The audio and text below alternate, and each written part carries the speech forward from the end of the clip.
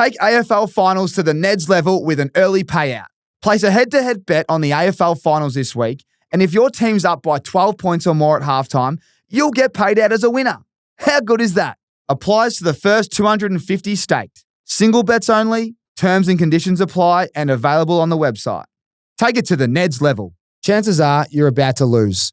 For free and confidential support, visit gamblinghelponline.org.au.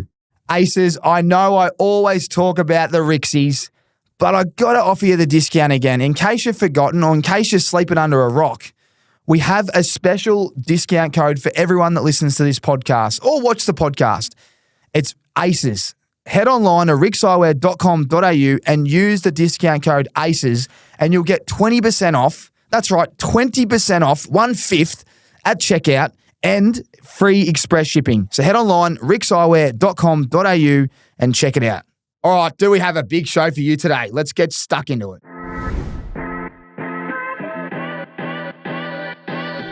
Welcome back to the Aces Premiership Countdown. It's the semi-final show. We've got 3 to go.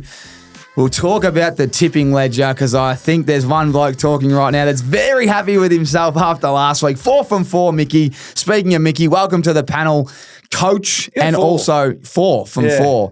Coach, welcome back. And our special guest today, Griff Logie Bear. Welcome from the North Melbourne Footy Club, of course. Coming off a real nasty injury, we'll be tucking into that. But how are you, Logie Bear? Good train. Thanks for having me. How are you? Good. I should acknowledge that we are missing our man, Von Hofe. Yeah, again, 2 in Felix, a row. 2 in a row. Never met a man to go down 2 weeks, almost 3, with laryngitis. It's kissing illness. Yeah, well, I don't know what it is. It's something. You and I never got the laryngitis in our time, did we, Tom? We were nowhere near that at the moment. I can give you the tip. Kissing illness. But we do hope you're going all right, Felix. If you are tuning in, no doubt.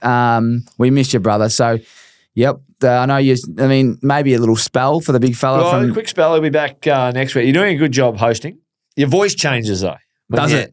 From guest to host. You're more relaxed as a guest. Yeah. I'm feeling pretty relaxed about it. You got the run sheet. You know, you're trying to make sure you nail the stuff. You got Griffin Logan now. Look at the big man sitting there ready to go. Speaking of relax, any more bloody relax and bloody How asleep. many magnesium tablets have you had today? You look like you're about to fall asleep, Logie Bear. What's going on? Big day of training, mate. Just went home, said I was actually told you having a quick nap this afternoon. You're back into it?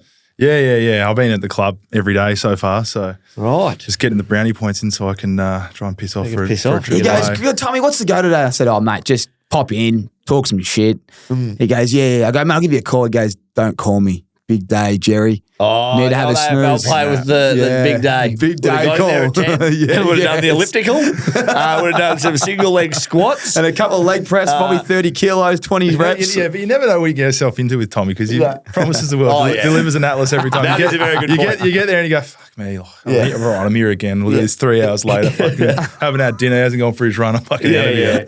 Sorry, mate, just got to go a quick lap and a half of the tan, then we'll get into it. The first thing he said was, I tell you what, Jerry, the punt road traffic, it's not it. Nah. You 3 of us, well, you're from WA, Griff. Melbourne just drives you insane, doesn't it, compared to what we experienced over there?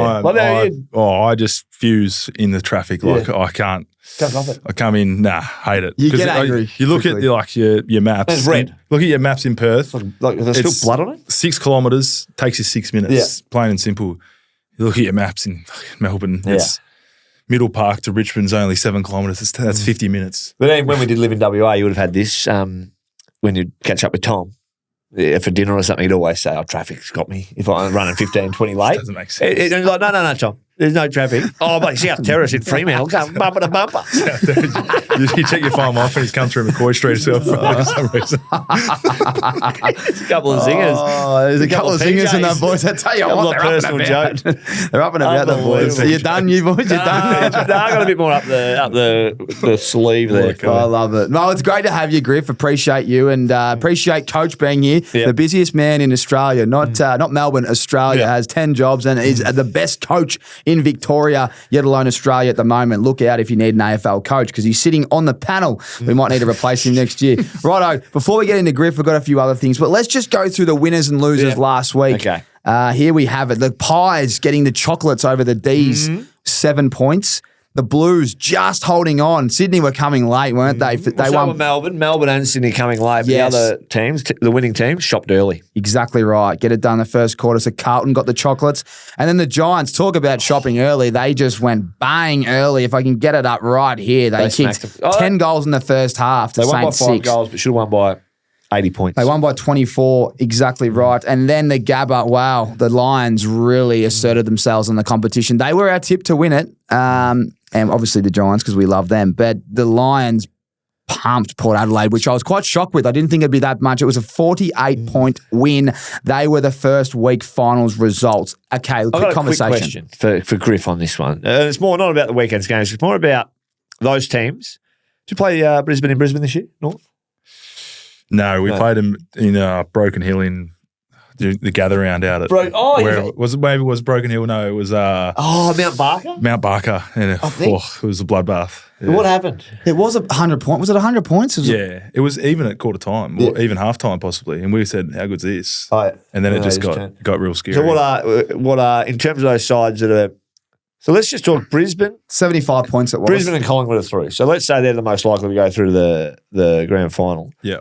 You play both of them this year? Played both of them. And what are you feeling? Collingwood competitive, only ended up being 4 goals or so. Brisbane was just untouchable. Yeah. And it would have been pretty cool playing that game in Outback Adelaide. Mount Barker. Yeah. It was great. It was fantastic. As a backline group, what happens post game when Danaher's kick 5-3, Hipwood 4-2, Cameron 4-1? Is that the midfield? Is that the midfield's fault? All 12 of those were on me as well. Out the back. Danaher took a few hits for me that week, so it's always a good photo. But seriously, the ball's coming in a lot there. But what is the genuine review that week? Can you remember? It's good to give the listeners a bit of an insight. We changed a bit of our system where it was like almost a violent come forward and trusting the system to be coming. But if you're doing that on Charlie Cameron, and they're clean. Hipwood out the back, it gets plenty of Jody Gooses out the back. But I mean, it's hard to stop when the ball's coming in. I mean, check the inside 50, it would have been 80 or something. I think they had a record on the mids. A record inside 50 marks inside 50 for forward. I remember a game. Incredible. Yeah. I remember a game once, Freo, we played the Bulldogs at Marvel and we won. But after the game on the board, it was like the Dogs had 70 inside 50s or something. And Ross goes to the backs, goes, "Backs, did you guys feel like it was 70 inside 50s?" He goes, "I don't really feel like it." Zach Dawson just goes, "Yeah, it felt like it." Oh, they forget quickly, don't they? Playing backline sucks. And Did it feel like 80? Yeah, it felt like 800. Mate. It was sickening. It's the ones you look at each other at the end of the day and just go, "What the hell?" It's all like come together and say, "Oh, geez, couldn't do much about that one." I'd love you to talk about Brisbane's forward line. It's dynamic. There's so much up there. And you got Rayner as well. People are sleeping on Rayner. Like Rayner is a number one pick for a reason. And he's Pumba, they call him. Yeah, Pumba. And he's a powerful, can take a hanger, kick a goal. He can play in a stoppage and explode out of it. What's it like as a backline group when you're playing Brisbane Lions? I want to talk about Brisbane because they are firm favourites right now. You know what it's like? You come into your team meeting and you got one person you're going to try and look into lockdown on per team, but there's a fair contingent of pretty handy players in there. Like even Zach Bailey pops up and will kick 20, kick 4 and have 20 himself. Charlie Cameron's the obvious one. Danaher, like Lincoln McCarthy pops up always. Like it's a hard, just because they've got a mix of just so much speed and skill, and they always just find a way. Who are you tipping to win the whole thing then? It should be Brisbane, but I just haven't seen enough on the home deck. What about last week though? Is that like a bit of an exclamation mark? They've always been able to do it, especially at the Gabba. I don't know how much. But you're a player. Like I'm going to play devil's advocate here. Like we don't give when you're playing, you don't give a fuck where you're playing. But you get like your routines, and something just always happens, and a little bit out of your comfort zone. I don't know what it is. It just seems they haven't been there before. All that stuff. They beat Melbourne last year. They're at the G. Like let's not forget that they won last year. I think it was a semi. One swallow doesn't make a summer. That's all I'm saying. That's it. That's exactly right. One swallow doesn't make a summer. It's quite cool. I just I think we forget about I think this G thing pisses me off. I feel like it's irrelevant. Yeah. They've hardly played there. If you look into the stat, they've hardly played there. Played Melbourne this year in round 6 or whatever it was, and it was 50-0 at quarter time, and I said they will be the premiership winners this year. Their forward line's so banged up though. Doesn't matter. Brisbane's list is so healthy. Yeah. So you you're think saying Melbourne are still going to find a way? I don't know how, but yeah. They They're will. Okay. super banged up as well, gone, whatever. Clary's got a sore knee, but I just think they're bring that on a bit closer there, Griff. We want to hear you talk because you're the sorry, man. Train. Sorry, Jerry. Nickname's Jerry, by the way, if you haven't jerried onto that one. Well, let's go through the other games quickly because it was an important round and we can review them because there's only 4. It's not 8 or 9 or whatever we normally review. But what about Carlton just holding on? What did you think of their performance? Do you think they showed enough for us to follow them this week and the next couple of weeks? Well, I didn't tip them last week. Sydney, bloody close. They did late. They have a crack, don't they, Sydney? They do. And I said this last week. Felt like no one knew that Sydney were playing, like the way that everyone was drumming up Carlton. And they just didn't start well. And then a bit like the game the night before, they came home with a wet sail, but left themselves too much to do. But so they're done. Carlton, I think I shouldn't say it like this, but I'm waiting for them to fall over because they've been carrying this momentum for so long. And then this week, just some things going against them with Jack Martin suspended. Mackay. Yeah, Mackay out. So just some things starting to weigh up against Carlton. How long can they carry that momentum? So I think they're in trouble this week. We'll get to the tips a bit later. But do you want me to talk Coach Barlow now whilst we're on this game? Yeah, I think that's our next segment. So You've gone straight into it. I'm the coach at Werribee, right? I know. It's what we do when we're in the Nick, prelims. we all this week. know. You're But coach of the year. Best coach in Australia. Best coach Australia's ever seen. Tom actually said best coach in Australia, let alone Victoria, which makes it kind of nice. But that's not true. But Coach Barlow. So Carlton hung on. I don't think without Jack Martin, who doesn't play this week, and Blake Acres, Carlton get that result. The way Last they played, week, yeah. and you know Blake quite well, and I'll get a little bit of insight into Blake and the way he plays. Sheriff. But why is he called the Sheriff in a second? But his defensive and offensive wing stuff, they saw the finger tipper, which I think he touched. And then the game-winning goal getting in on the other side of the ground. Amazing run, amazing ability to kind of read the game and work right end to end.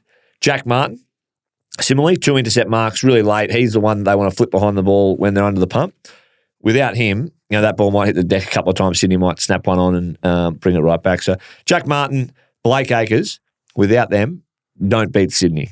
Are you amazed that they sent Jack Martin behind the ball late? No, he's done it. He's done it forever. Was it not Kerno the couple of weeks before? They sent You don't Kernow remember late, that? but geez, I tell you what, we're not surprised now. He was He used unbelievable to in do the it air. at the Suns when he was. I reckon when I got up So the you Suns. played with him, haven't you? He So was 19 or something, and unbelievable talent. And for how skinny he is, right? He's so skinny, but he's Real wiry. like so hard at the contact. I know he got rubbed out in the weekend. That wasn't a great act, but he was brutal in contest, like to the point where they had to pull him back a bit because he was busting up collarbones and just committing to the ball so heavily. So he's got the toughness, but he's also got the skill and clearly got the game nous to be able to sit behind the ball and get in the right space. Do you think Mackay out's a big issue? Because I think Kernow played even better when he wasn't playing.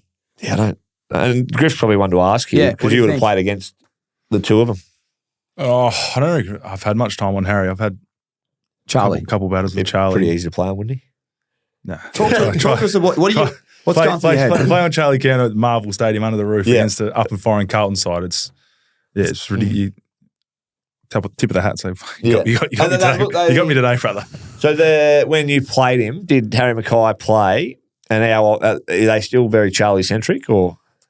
Well, the last time I got rubbed out for the game this year, so I only played them last time would have been at Freo. And they were both. It was pretty well balanced. I mean, Moose locked down the big fella Harry, and I was set to battle Charlie. So, Big Moose. but they look for him. They don't really ever hit it small. And a lot of the game plan recently is just bomb it long and they just put in the air, let him get to work. Speaking of bombing it long, Melbourne. Keep going with Coach I Barlow. the Blake Acres question. You know him quite well. Yep, And we were Sheriff. speaking before the Sheriff. Why is he called the Sheriff? And tough, both in the way he goes at the ball, but also the capacity to run. Yeah. Runs hard. Always been a hard runner. Trains hard. Still never tipped me off in the 4 1Ks, but No, he didn't get you? we'll worry about that one later. Yeah. The Sheriff came about after I think it was a night, a party where there's like dressing up as cowboys and Indians or something, and he just went as the sheriff and put a sheriff badge on his thing, and then started calling all these shots, like making everyone give like drinking games and whatever. And he was just He's like, and everyone's like, hang on, the sheriff's here. Like, watch out, boys better play the drinking game because he loves his like games and he has to be the one in charge. So it's the sheriff. But then it started as a piss taker, but he's like taking it with both hands, and now it's fallen onto Carlton. Even their media page calls him the sheriff. All the boys call him the sheriff. But everyone thinks it's a respect thing. It's a disrespect calling him the sheriff. Like he loves it, but we're all saying sheriff. Oh, here we go. Roll the eyes. I'm going to pitch one more on the sheriff. While we're on it. Mick. And I want to talk yourself. So last year, left Freo traded. The sheriff got traded as well. Yep. Lob as well. Lob. But I want to specifically talk about, the process at the moment we're reading into, or we're seeing, people want trades at the moment. You go into your exit meeting and what you're meant to do, ask for a trade and whatnot. I want to know how that was and how you did it. So you go in. Do you ask for a trade or do you leave it to your managers? And also, the bloody offload of Freo players last year has left him a little bit short, in my humble opinion. Yeah, well, you know what it's like going into your exit meetings anyway, towards the end of the year. You walk in and it's like it's almost like you're in for the firing squad with everyone, head coach, list manager, GM, etc. And they're all sitting there. So going in normally, leading up to it, I was always nervous, as everyone else would be. But this one, it was obviously another strange one. Yeah.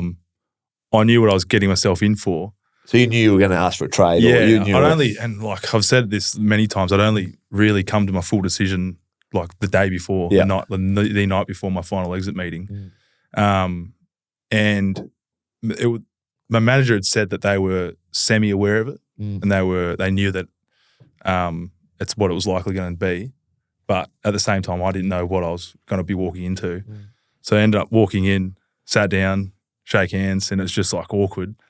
Then how it started was just Peter Bell just said, righto, Griff, over to you. And then I just pretty much said like, I'm sure you're all aware. Yeah, I'll be requesting a trade to a Victorian club. Did you know it was going to be North at the time? Yeah. Okay. Did you say that? I think so, yeah. I think I did. And then they quiz you on that and said, why so? Why them? What about, like, what are you doing it for yourself? What's the whole thing? And it's just give them your reasons. How long are you in there for, you reckon?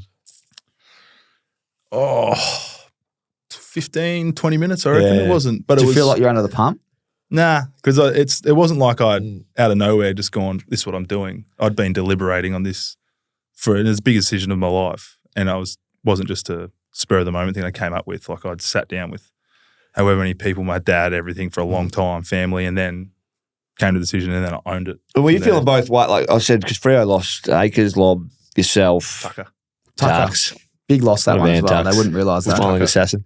So there was that just shows the business of it, right? And not to be, if you remove the emotion, both sides, like you're probably feeling, well, I'm not kind of feeling like I'm really part of what they want to do, and you've got a great opportunity. So you've got to.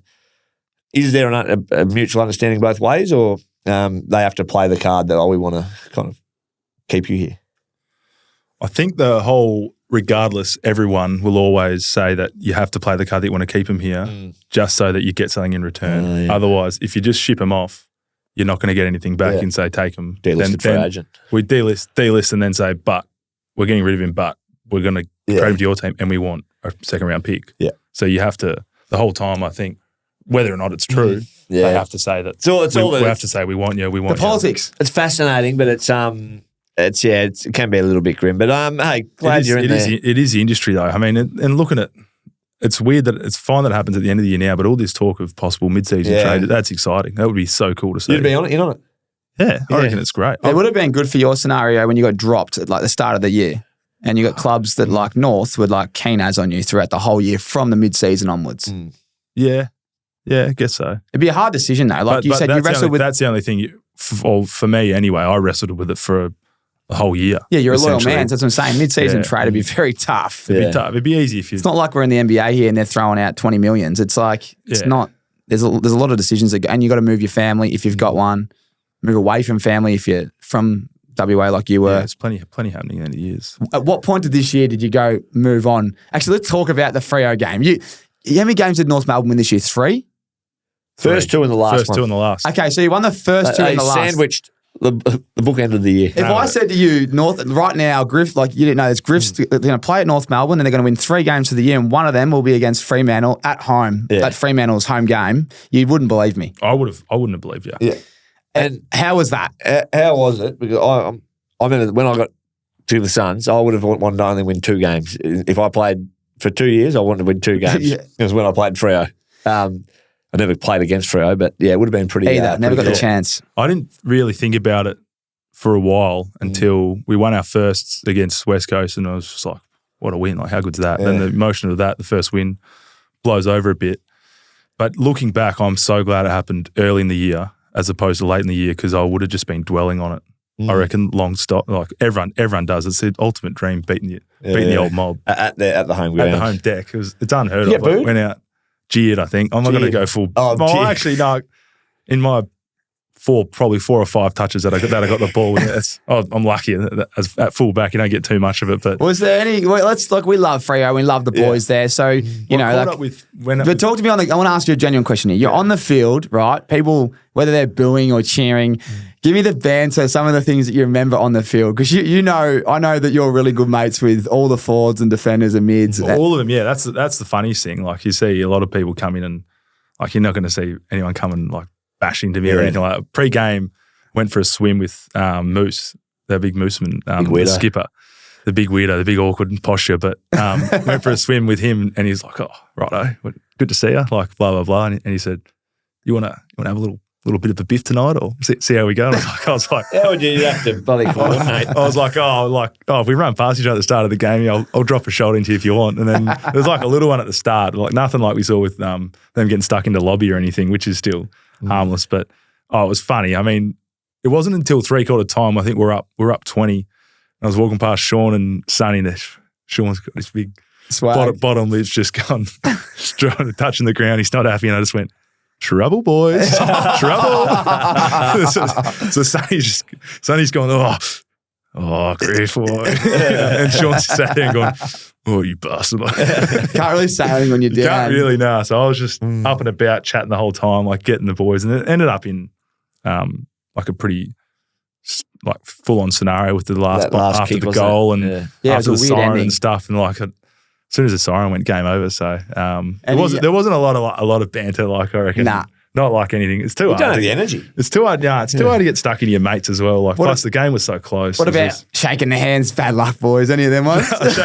shaking the hand was like, cheers, boys. Like, so, I've got a juggernaut here. I'll do a zip. A lot of it, like, there's a lot of everyone that's performs as sore loser. To be honest, you kill yourself if you're not. So after a game, everyone's flat. So it's the whole time I was trying to not smile. To be honest, when I'm shaking all my mates' hands, because you don't want to.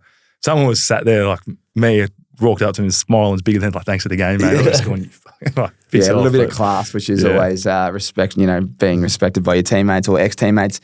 Mick, with Coach Barlow heading into this week, what are you expecting to see in the 2 games that we've got? So we know we've got Carlton and the D's in the first game. Fairly and then we've contested war, like the old contested match. 2 kind of strongish midfielders or midfield groups that will have to get after each other.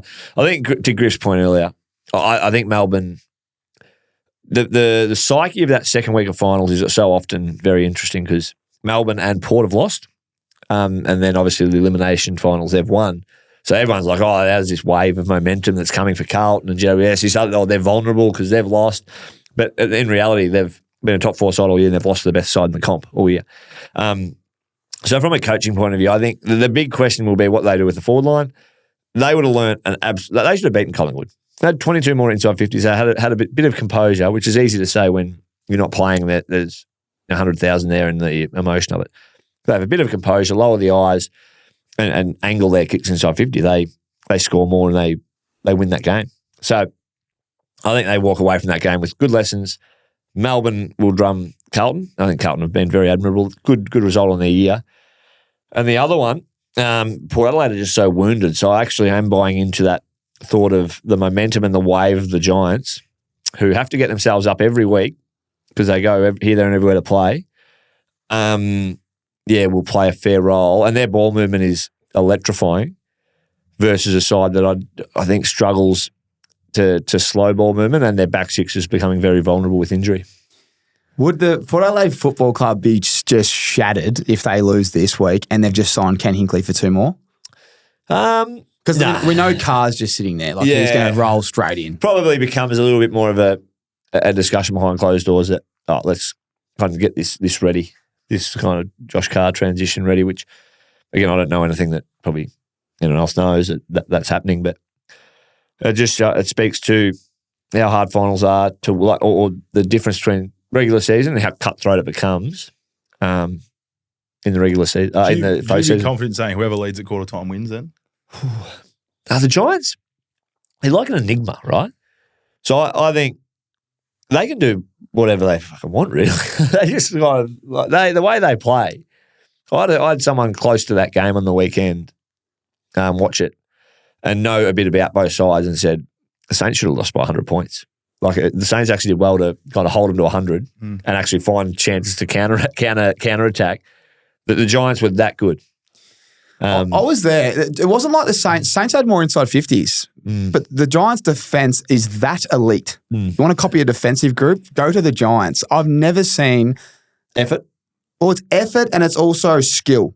You don't really like a backline group like a Luke Hodge, right? Hard, tough. But geez, can hurt you with the ball. Like they're hard to find, and when the critical contests that you just see, and you got every single individual in that team just seemed to get it done. Like whether it's, I just feel like the one-on-ones they just rarely lose.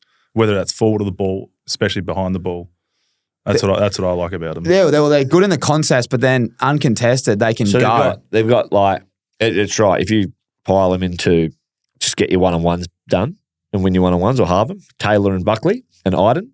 And then it's like, right, give the ball to Lockie Ash and Lockie Whitfield, and they'll just Harry Himmelberg, Harry Perryman. They're all amazing kicks. Yeah, it's a special back line. So I think we're probably snipping into to the tips already this weekend. We kind of are, yeah. But even forward of the ball, that's what, like, when you see those contests get done, like Hogues rarely gets outdone. You're never going to see someone beat Toby Green head to head. Like when they're isolated like that, I just think they're good to watch. Like Jake Carter and Rick has been unbelievable. And the midfield, the whole thing, they bad deep. Cox will come with a sore eye. Cox had a sore eye and missed. Yeah. Like that was a bit of. I thought, that's going to make it a bit harder, but it didn't really matter. He's had a great year.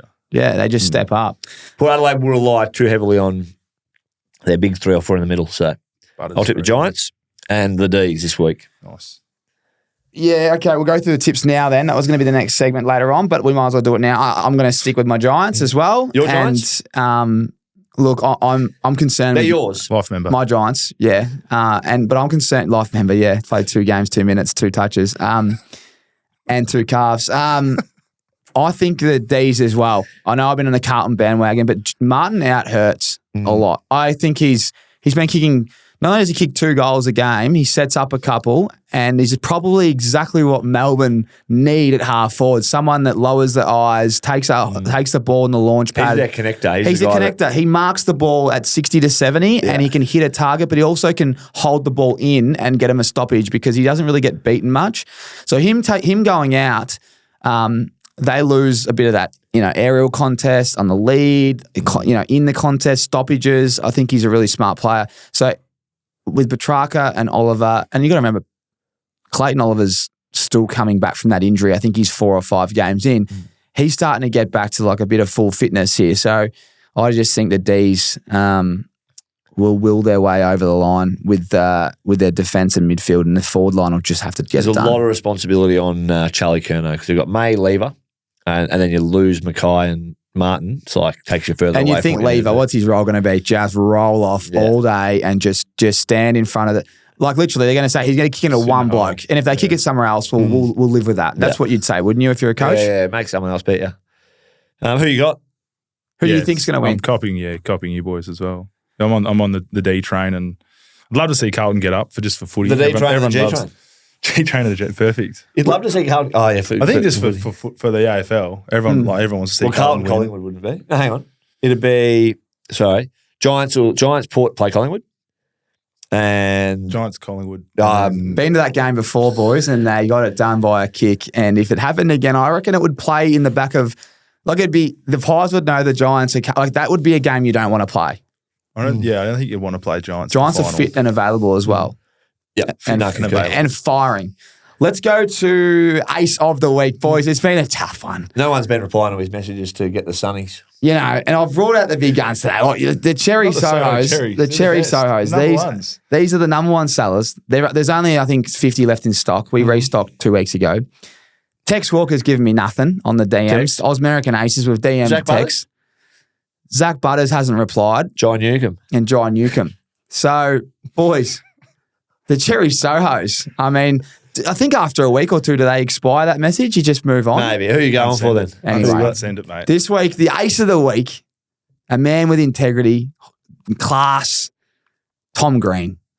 Anywhere, anytime, any place, any venue, free smoke. Well, free sunnies as well, big fella. The way he goes about it, the Rixies are coming your way, mate. I love Tom Green, and I've said it for a while now. When I first went to training and watched him throw Shane Mumford out the way as a 17-year-old, and I thought he was already on the list. He was only a top up because he was in the program there, Academy. Yeah. You're going to know that he's going to be a superstar. He's built like Patrick Cripps, and the way he moves his body around a contest. Well, I think so, yeah. Let's get the cherry Sohos on him then, eh? I think the cherry Sohos are coming his way, and it's down in Bondi. But a close second to Joe Danaher. I think a lot of people forget Joe Danaher exists up in Brisbane and kicked 5 on the weekend. He doesn't have a TV. Would not surprise me at all. That's what I heard anyway. Yeah, so... Might be wrong. He might not even have social media. Where's his mail from? I heard it somewhere that he lives in Byron Bay, I reckon. When you finish footy, you get a lot of mail. Up from, he does live a bit out of Brisbane. I know that. That's 2.5 hours from training. No, I don't think it's quite Byron. But yeah, and he doesn't have a TV. I'm going to go with it.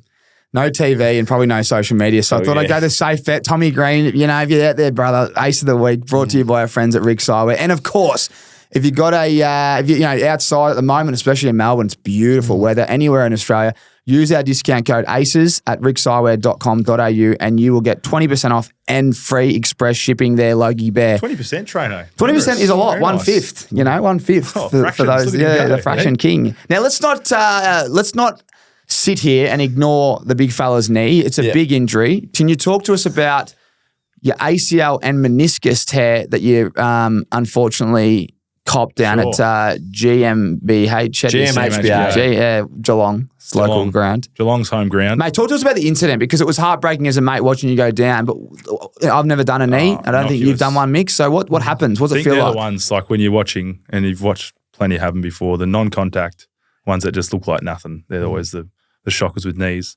Aside from like your terrible leg breaks as you'd experience Mickey B, or clunk, it's all that. No, it's just I don't know, move you make 100 times per game, honestly, like a little lateral step. Felt it just give way, sat down, it was a fair bit of pain, looked down and thought if either this thing's broken, my kneecap's out, or I've done my ACL. And I looked down and everything structurally looked well. So I just straight away knew kind of. What's it feel like? Pain initially, but then does the pain go? Pain goes within like 30 minutes, I reckon. What's it feel like when it happened? Like a nice, like a knight's put a sword in the furnace, had it nice and hot, and just decides to go straight in there and did a little twist as well, a little bit. Oh, so you're in a lot of pain. Yeah, fair bit of pain, yeah. I looked down and Aidan Core, the resident tough nut who doesn't let boys roll around on the ground, stood over me and said, get up. Either get up or you're done. So kind of thing, like just to get up and get going. I just looked at him and said, nah, I think I've definitely just done me knee. Done the Aaron Rodgers, just sit down. Knee. So I just got up and tried to walk off and just, I think Corey helped me off, so shout out to Corey. But is it weak? Like, what are you? Now? No, like when you walk off. Do you feel different? No. Like I could run straight after it if I wanted to, I reckon. It's just sore and you feel it. It's like, it's just clunky. Like it just feels, I guess, maybe unstable, but doesn't feel like, you've still got all your muscles there from. Can I ask a question from NFL? Because I've read articles players have played with a bung ACL, right? Is that a bit you can play? You can, yeah. I know. Like I asked about it, honestly, and said like, well, if I'm going to have a year off, like do you need surgery? Like what's the, what's the go? And you can, but it's just that instability where. You'd be done. I mean, you wouldn't do it. It just comes out. Like grand final. So if the grand final, there's 5 minutes to go, do you reckon you could keep playing? Yeah, I reckon. I mean, well, Nick Murray from Adelaide did his and came off, said, knee's a bit sore, went back on, kept playing. finished the game off, then walked in for a little check-up scan and whatever. But now I'm about 8 weeks post-op now. Just a matter of getting the swelling down. Got a quad tendon graft, which they do these days. Quad tendon goes replaces the ACL where it was. Then a little something from your what's that one down the side again? VMO, not your VMO. What's it called? ITB. Yeah, sorry, ITB. Gets the worst little muscle. slither of that gets taken out and wrapped around your ACL to try and secure it. That's about it. But painful. Jeez. Surgery's shocking. Yeah. It's a long any leg And surgery. how's the rehab program? Because a lot of North Melbourne fans are probably tuning in right now. The rehab program. When do you expect to be back? Generally, it's a year, and I did it in round 18. But I mean, the surgeons seem to think 10 months would do the trick. So in your head, you're probably going to miss the whole of next year. So how's that initially? What's some things that you've gone I through? reckon I get back for halfway through the year. That's what I'm looking at. Round 18, 10 months. We're optimists in here. I know that, but I'm also thinking if I'm Alistair Clarkson and there's scenarios at play, I'm not risking my exactly. 6-year, 7-year contract key back. What goes through your head though? Like it's, this is good advice for young men out there that do go through injuries. And, Mick, you've been there, but I want to hear your perspective. How flat are you and what do you do to pick yourself back up off the canvas? It's flattening. I think everyone's different and deals with it different ways. I'm more of an extrovert, so I like to hang out with people just to take your mind off it. But doing it, you go through, it's only been I'm only 8 weeks in, but you go through days of waking up and top of the world and other days you think, it'd be nice to just go for a run or something. Like you see our man Darcy Trucker go out for a run around the tan with his rig out. So I would love to just sit there and it's just small things like that, I think, and the actual what comes into it. So you're flat, but I mean, you can't dwell on it. There's a lot worse that could have happened and different timing and stuff. And I'm just at the end of the day still happy to be alive, mate. Yeah, you're 2 feet, 2 feet and a heartbeat for me is all I need. But yeah, it's not ideal, but it's happened now, and I'd love to go back and I don't know, not change direction so quickly. But Do you look at have you watched the movement on tape? I watched like a replay of it, but Did they explain why it happened? no. And I asked the surgeon as well. He's done a number of. He reckons he's done 600 ACL. Do it with his eyes closed. Yeah. Well, pretty much. And I just like, mate, what's the go? Like, why does everyone in the AFL like? There's so many. There's 3 or 4 this year. Like, what?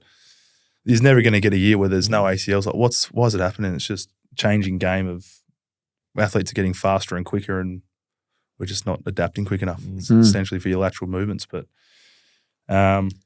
Anything to do with being a big, powerful key back and the top heavy? I don't know. Like, I was 100 kilos, but I've been that for the last couple of years and a pretty powerful unit. But You are a powerful unit, brother. But I don't know how much of that comes into it because you see smaller blokes just happens as well. So, I'll look to come back and I'll be back better athlete and sort out the rig. And great perspective as well, injuries. They give you, Yeah. if you get back in and then like he says, the moments Darcy's going off for a run, he has to go do the elliptical or swim or whatever, you just start to enjoy it again. And you never take it for granted, I reckon. Yeah, once you get back healthy. I mean, I've had a couple injuries throughout the career now. This is the long-term one, but getting back, like that's the one thing I'll be looking forward to. My little markers, I reckon when I get to do my first run, that'll be a little tick just to get me up and about. From there, first kick of the footy, et cetera, et cetera. So you're off season, you've done it at the end of the season and you've been training all the way through. So the boys have been on, their silly season and you're off season, you go away, you go traveling. Are you just going to train right through or are you going to try to get a break in there? Yeah, What's your plan? Just been training right through since, as soon as they let me post-surgery. And that's just been at the club 3 or 4 times a week with Daniel Cross, the great man. He's the rehab. Yeah. Good to move. Loves NFL as well, actually. Loves it. Apparently no good on the bench press is my mail. I couldn't tell you. No one trains harder but just could never bench. Could never get the bounce it off the chest. Yeah, because he's such a good trainer. Apparently the bench press used to just rattle him because he could never get the numbers up. Everyone's got one Achilles heel, don't they? Yeah. I can't do bench press. That's why I felt like Crossy, I'd get along with him well. Good runner, can't bench. Yeah, gym partners. Yeah, mate, 80 kilos. Chin-ups, Nick, you reckon? No good? Chin-ups, long levers and skinny arms. Yeah, I got long levers as well. I do 28, yeah. No, you know what it is? Because you got a big ass, strong ass, and you're carrying more weight. It's a big... Mick. No, I'm kind of like trunk heavy. Very trunk. It's like you're carrying more weight. Hayden Ballantyne used to jump up and just... no weight. You were training to do a few chin-ups for a bit. Tore the rotator cuff. Video on there. popped my rotator cuff, man, on camera. Yeah. And Filmed it. And I honestly thought I'd ripped the What was the tricep. bet? I think you had a bet with Tabs. I had a large bet with Tabs and Alex Pearce. I could do 30 and I got to 25. Matty DeBoer's wedding didn't help. Was a bit dehydrated. Went for a run in Cottesloe, stop, pumped out 4 sets of 12. And on the second set, my tricep popped. And it went all like, it started bleeding a little bit. You've gone calf to tricep to rotator cuff. That rattled me, man. I'll be honest. That one, like, it took me about another year to do a chin up because we're talking like that. And then when I did it, it popped. Like when it popped, it like I couldn't lift my arm. And the every time I do lat pull down now, I still feel it. Like I've got to do like 40, 50, 60, and then 70, 80. Yeah. But like I honestly think about it every time I do gym. I think about it, and it's a bit of a, I don't know whether it's a mental thing. Bloody injuries. We're getting into the injuries, aren't we? Yeah. Well, perspective, mate, as it says. Well, mate, we want to make sure that you know we're behind you, and I know that you'll do everything right. It's appreciate you giving us an update because there's a lot of people out there that would have done an ACL, and everyone does it differently and goes through injuries, and it's great perspective. Brees Hall, look at his return. Brees Hall, we love our NFL. I mean, if we're going to just talk about it briefly, but Aaron Rodgers going down was heartbreaking. That's another injury that just breaks hearts. But let's get on with it. There's so much optimism within the JETS fans. Let's get on with it. AFL finals, semi-finals. Mick, you've played in a couple. Are we going to see, does the intensity rise or is it very similar to last week? Because I watched those games and it was hot in the kitchen. In 2 and I've lost both. I remember we won 2012, we won the first one, elimination, then went and played Adelaide. And I think you just do those elimination final sides, they just fatigue. Like, you're on the road and, the pressure mounted when I played in it. And in the second half, we just had no legs left. So, the finals is just unbelievable. Like, there's a sting in the air, and that'll carry all the way through the series. But I remember the 2014 one where we lost. It's famous in my mind we went in straight sets. We lost to Sydney, and then we lost to Port Adelaide. And half time, I've told you this story before. There's like a structural thing. Travis Boak was off the back of the square. And I was like, I knew when that happened, I had to go up to the wing and push Daniel Pearce around to him. And I was trying to get Daniel's attention as I'm running around, but he's over in front of the crowd at Subi there, getting the crowd up. He's going, come on, like, Pearcey, roll. He's like, and then we gave up a 5-goal lead after half time to get drummed. Oh, Dazza, he was a funny man in the locker room. We've got some funny stories actually. We've got to keep him off. Yeah, the old jack the crowd up while you're trying to do a 6-wing slide. I would have thought that was it. 6 wing. It's a half forward wing slide for anyone else out there to man up the 7th off the back of the square. We're all over it. Well, Mick, Werribee. Let's not skip over Werribee. I know we're talking AFL. We've all given our tips. A bit boring this week. We've all agreed. What do you mean? I feel like it's been pretty sharp. No. With our tipping, it's boring in terms of we've got a competition. I'll update you, but the loser has to have lunch with themselves. I'm thinking or catch the V-line as Shep up and back. Which is twice, which is 8 hours or 10 hours on the V-line. Oh, beautiful. Mix from there. So when he loses, I'll make sure he has lunch. I think if I lose, I'll be doing that.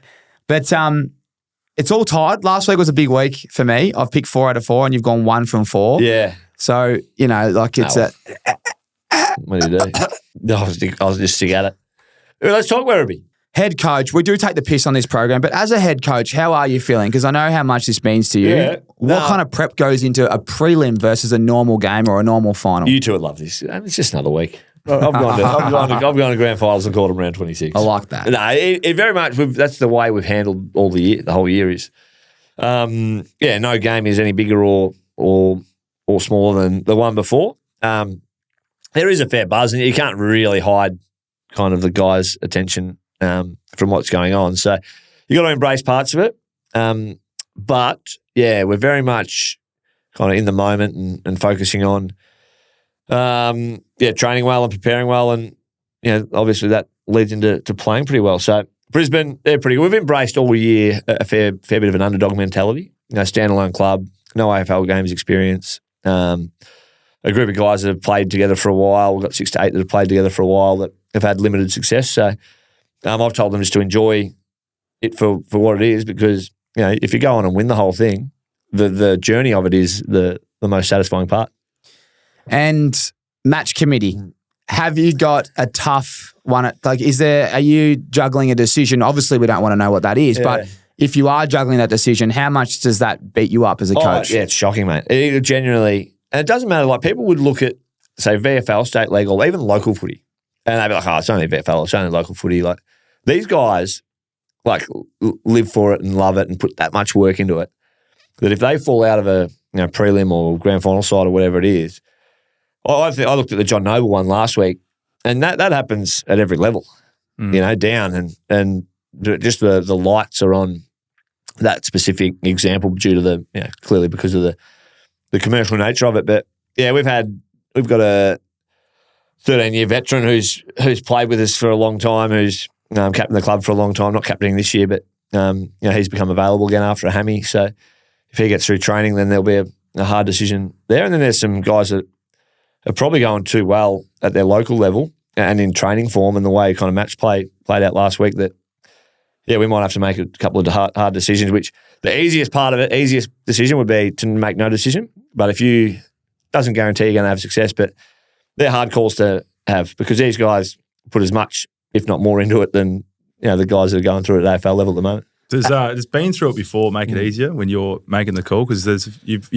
been dropped. Were you dropped a few times? I've been dropped and delisted and but played in good sides and all that. So I think really that has helped me. Like when you're going through it, it sucks getting dropped and getting delisted. But it's not that bad, is it? It depends. When they went to Tassie once and I got left behind from Tassie, that wasn't too bad. Played at South Freo instead. But I think having lived those experiences helps with because what the other side of the phone is. All you want in those situations is the clarity of it. Yeah. I don't think all the time the player would feel like they get the clarity. I try as hard as I can as a coach to make sure you give them the reason or the decision behind it. Like I've had one recently that he was going okay. Like he's going okay, but there was just form behind that was just too good to refuse. And at what point does okay not marry up to the level? If you want to go to be great. It brings back some good memories being dropped from prelims, boys. But it is. It's the hardest sides to pick, prelims and grand finals and round ones. It's an interesting one. Just on the fringe player, speaking about a fringe player, I was a fringe player. So you're telling me Thursday night, bloke, veteran comes back, you're going to watch how he trains. But there's a few others on the cusp of potentially, and they have one of the biggest blinders of a training session. Does it truly matter? Oh, no. With the way, he's getting probably a little bit technical, but the way we've had to do it in the last 5 weeks, we had a bye, and then our last game, and then we had a bye for the wildcard weekend, and then we had a game, and then we had a bye because we won.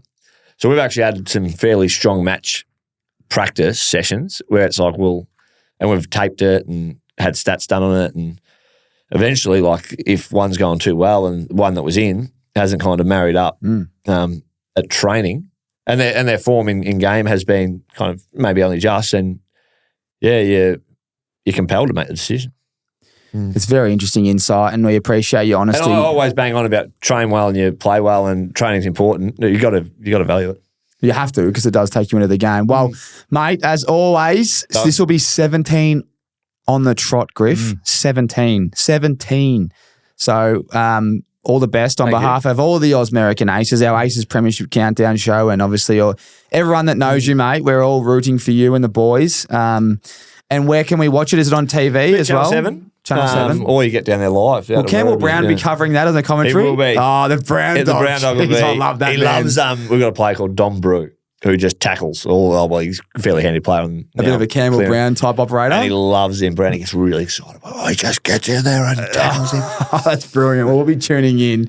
All the best. Griff, thanks so much for your time, brother. I appreciate it. We appreciate it. It's great to get an update on your knee, update on you, and see what you've been up to. We know the NFL season's kicked off as well, mate. That'll keep you thriving in your rehab program on a Monday, Tuesday, and a Friday. Cowboys? How about them Cowboys? Those Cowboys have got Griff over the line with a defense. But to everyone that tunes in, appreciate your support. We really do. Felix, again, he's suffering laryngitis, and he's got the appropriate medical, attention, and he's on a prescription. So he hopefully will be back next week. He does have a fair few commitments, so he needs to rest up. But hopefully he's back. If you are loving the show, please hit follow or subscribe. It means the world. To Pappy as well, mate. Shout out to you. We hope you're going well. We're all pretty shattered to see you go last week, go down like you did, but we're all behind you as well. And to everyone that's reached out, we've passed those messages on. But yeah, thank you. Good luck to all the AFL teams playing this week. It's going to be exciting. And yeah, to the Werribee Footy Club, we're right behind you. So thank you, enjoy, and we'll see you next week on Aces Premiership Countdown. One more time, because I really mean it. I just want to say a massive thank you for all the support you continue to give us at the Ausmerican Aces. If you want to further support us, make sure you like and subscribe, hit the follow button so you can keep up to date with all our exciting shows and announcements. Righto, now it's time to give our sponsors a massive plug. Aces, I know I always talk about the RIXXs, but I got to offer you the discount again in case you've forgotten or in case you're sleeping under a rock. We have a special discount code for everyone that listens to this podcast or watch the podcast. It's Aces. Head online to rixeyewear.com.au and use the discount code ACES and you'll get 20% off. That's right, 20% off, 1/5 at checkout and free express shipping. So head online, rixeyewear.com.au and check it out. Take AFL finals to the Neds level with an early payout. Place a head-to-head bet on the AFL finals this week, and if your team's up by 12 points or more at halftime, you'll get paid out as a winner. How good is that? Applies to the first 250 staked. Single bets only, terms and conditions apply, and available on the website. Take it to the Neds level. Chances are you're about to lose. For free and confidential support, visit gamblinghelponline.org.au.